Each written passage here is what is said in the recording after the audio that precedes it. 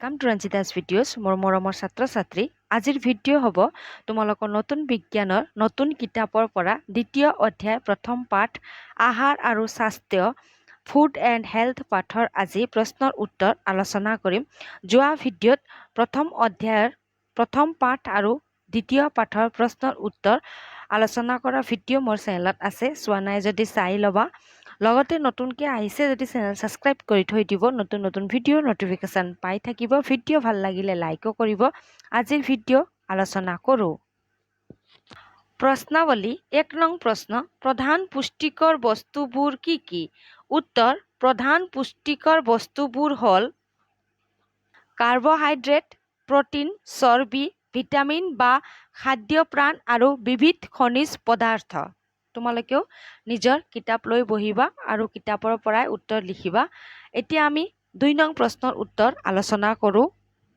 2 নং প্ৰশ্ন কাৰ্বহাইড্ৰেট আৰু চৰ্বিয়ে আমাক কি দিয়ে এইবোৰৰ কেইবিধমান প্ৰধান উৎসৰ নাম লিখা উত্তৰ কাৰ্বহাইড্ৰেট আৰু চৰ্বি এই দুবিধ পুষ্টিকৰ বস্তুৰ পৰা আমি শৰীৰত শক্তি পাওঁ চাউল আটা ময়দা আলু এইবোৰত শ্বেতসাৰ বা ষ্টাৰ্চ নামৰ কাৰ্বহাইড্ৰেটবিধ প্ৰচুৰ পৰিমাণে থাকে চেনি গ্লুক'জ আদিবোৰো কাৰ্বহাইড্ৰেট এইবোৰেও শৰীৰক শক্তি দিয়ে আণ্ডাৰলাইন কৰি থোৱা হৈছে তোমালোকে নিজৰ উত্তৰ বহীত লিখিবা আৰু উত্তৰ মুখস্থ কৰিবা ঠিক আছে 3 নং প্ৰশ্নত দিয়া হৈছে প্ৰটিনৰ প্ৰধান ভূমিকা কি প্ৰটিনৰ কেইবিধমান উৎসৰ নাম লিখা উত্তৰ প্ৰটিনে শৰীৰৰ অংগ প্ৰত্যংগবোৰৰ গঠন আৰু বৃদ্ধিত সহায় কৰে বাঢ়ি অহা ল'ৰা ছোৱালীয়ে প্ৰটিন থকা আহাৰ খাব লাগে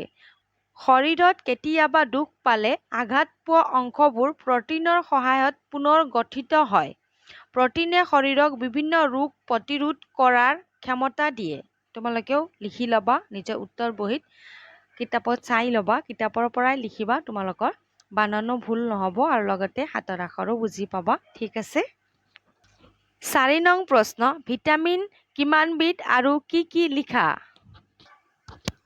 উত্তৰ চোৱা ভিটামিন 6 বিধ vitamin A vitamin B vitamin C vitamin D vitamin E আৰু ভিটামিন কে 5 নং প্ৰশ্ন ভিটামিন বি আৰু ভিটামিন চি কিয় আৱশ্যক লিখা আহাৰত ভিটামিন বি সঠিক পৰিমাণত নাথাকিলে শৰীৰত বিভিন্ন অংগ প্ৰত্যংগৰ গঠন আৰু বৃদ্ধি ঠিকমতে নহয় কথা মনত নাথাকে পেটৰ অসুখ হয় এইবিধ ভিটামিনৰ অভাৱৰ ফলত বেৰি নামৰ এবিধ ৰোগ হয় শৰীৰৰ বাবে দৰকাৰী আন এবিধ ভিটামিন হ'ল ভিটামিন চি মাংসপেশী গঠনৰ বাবে ভিটামিন চিৰ আৱশ্যক শৰীৰত ভিটামিন চিৰ অভাৱ হ'লে স্কাৰ্বি নামৰ এবিধ ৰোগ হয় স্কাৰ্বি ৰোগত দাঁতৰ আলু উখহে আৰু ইয়াৰ পৰা তেজ ওলায় তোমালোকেও নিজৰ উত্তৰ বহীত লিখি থৈ দিবা ঠিক আছে 6 নং প্ৰশ্ন কণীত কি থাকে উল্লেখ কৰা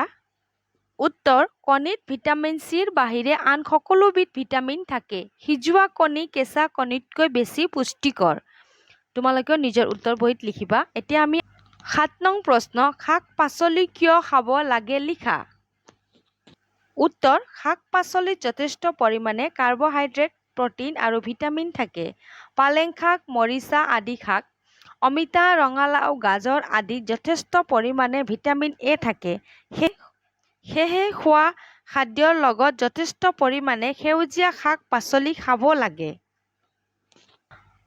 8 নং প্ৰশ্ন আযুক্ত আহাৰ খোৱাৰ প্ৰয়োজনীয়তা কি উত্তৰ আহাৰত থকা আন এক উপাদান হ'ল ফাইবাৰ ইংলিছত আহাৰত থকা আহে শক্তি যোগান নধৰে বা শৰীৰ গঠনত সহায় নকৰে যদিও ই এক আৱশ্যকীয় উপাদান আহে আমি খোৱা বস্তুবোৰৰ অলাগতিয়াল অংশ দেহৰ পৰা বাহিৰ হোৱাত সহায় কৰে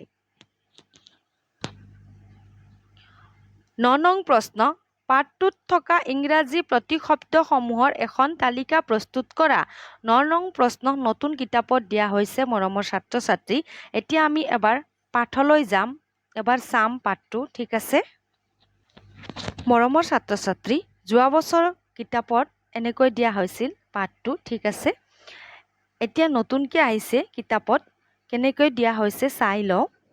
আহাৰ আৰু স্বাস্থ্য মানে ফুড এণ্ড হেল্থ ইংৰাজীত, শৰীৰৰ গঠন মানে ষ্ট্ৰাকচাৰ, বৃদ্ধি মানে গ্ৰ'থ ইংৰাজীত কৈ আছোঁ, পুষ্টিকৰ বস্তু মানে নিউট্ৰিচিয়াছ ফুড, সুষম আহাৰ মানে বেলেঞ্চড ডায়েট, চৰ্বি মানে লিপিড বা ফেট, শ্বেতসাৰ মানে ষ্টাৰ্চ। তোমালোকে নেক্সট পেজতো চাবা, তোমালোকক কিতাপত দিয়া হৈছে ধুনীয়াকৈ। চেনি মানে চুগাৰ, আমি জানো চেনি মানে চুগাৰ ইংৰাজীত। পাঠ ধুনীয়াকৈ পঢ়িবা, লগতে তোমালোকক 9 নং প্ৰশ্নৰ উত্তৰ কেনেকৈ লিখিবা মই তোমালোকক দেখাই দি আছোঁ। মৰমৰ ছাত্ৰ ছাত্ৰী, পাঠত মই দেখাইয়ে দিলোঁ, লগতে মাতিও শুনালোঁ। শৰীৰৰ গঠন ইংৰাজীত ষ্ট্ৰাকচাৰ, বৃদ্ধি গ্ৰ'থ। ঠিক আছে, তোমালোকে ধুনীয়াকৈ নিজৰ উত্তৰ বহীত তেনেকৈ লিখিবা আৰু তালিকা বনাবা। এতিয়া আমি অতিৰিক্ত প্ৰশ্নৰ উত্তৰ আলোচনা কৰিম। মৰমৰ ছাত্ৰ ছাত্ৰী, পৰীক্ষাত আহিব পাৰে সুষম আহাৰ কি? উত্তৰ আলোচনা কৰোঁ এতিয়া। উত্তৰ, পুষ্টিকৰ বস্তুবোৰ ঠিক জোখত থকা আহাৰক সুষম আহাৰ বোলে। 2 নং প্ৰশ্ন চোৱা, আমি যথেষ্ট পৰিমাণে বিশুদ্ধ পানী কিয় খাব লাগে? উত্তৰ, শৰীৰৰ পুষ্টি অৰ্থাৎ বৃদ্ধি, গঠন আৰু নিৰোগী ভাল স্বাস্থ্যৰ বাবে আমি আহাৰৰ উপৰি যথেষ্ট পৰিমাণে পৰিষ্কাৰ বিশুদ্ধ পানী খাব লাগে। পানী ঠিক পৰিমাণে নাখালে খোৱা বস্তুবোৰ হজম নহয়।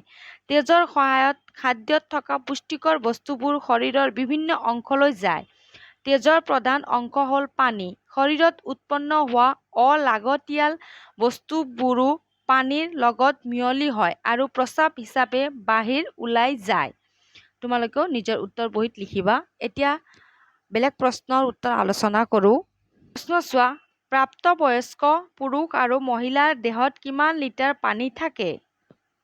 প্ৰাপ্তবয়স্ক পুৰুষৰ দেহত গড়ে প্ৰায় 42 লিটাৰ আৰু মহিলাৰ দেহত 35.5 লিটাৰ পানী থাকে। প্ৰশ্ন চোৱা, শিশুৰ ৰিকেট নামৰ হাড়ৰ ৰোগ কি ভিটামিনৰ অভাৱত হয়? চোৱা, ভিটামিন ডিৰ অভাৱ হ'লে হাড়ৰ গঠন ঠিকমতে নহয় আৰু শিশুৰ ৰিকেট নামৰ এবিধ হাড়ৰ ৰোগ হয়। উত্তৰত লিখিবা, ভিটামিন ডিৰ অভাৱ হ'লে শিশুৰ ৰিকেট নামৰ এবিধ হাড়ৰ ৰোগ হয় বুলি লিখিবা। ঠিক আছে। প্ৰশ্ন চোৱা, শৰীৰত কি ভিটামিনৰ অভাৱ হ'লে কুকুৰিকণা ৰোগ হয়? উত্তৰ, শৰীৰত ভিটামিন এৰ অভাৱ হ'লে মানুহে চকুৰে ভালদৰে নেদেখে কুকুৰিকণা নামৰ ৰোগবিধ হয়। তো ভিটামিন এৰ অভাৱ হ'লে মানুহৰ কুকুৰিকণা নামৰ ৰোগবিধ হয়। ঠিক আছে। আশা ৰাখিছোঁ মৰমৰ ছাত্ৰ ছাত্ৰী, আজিৰ ভিডিঅ' তোমালোকে বুজি পাইছা বুলি। নতুনকৈ আহিছা যদি চেনেল ছাবস্ক্ৰাইব কৰি থৈ দিবা। ভিডিঅ' ভাল লাগিলে লাইকো কৰিবা। আজি মই ইয়াতে সমাপ্ত কৰিলোঁ, আকৌ লগ পাম আমি নতুন ভিডিঅ'ত।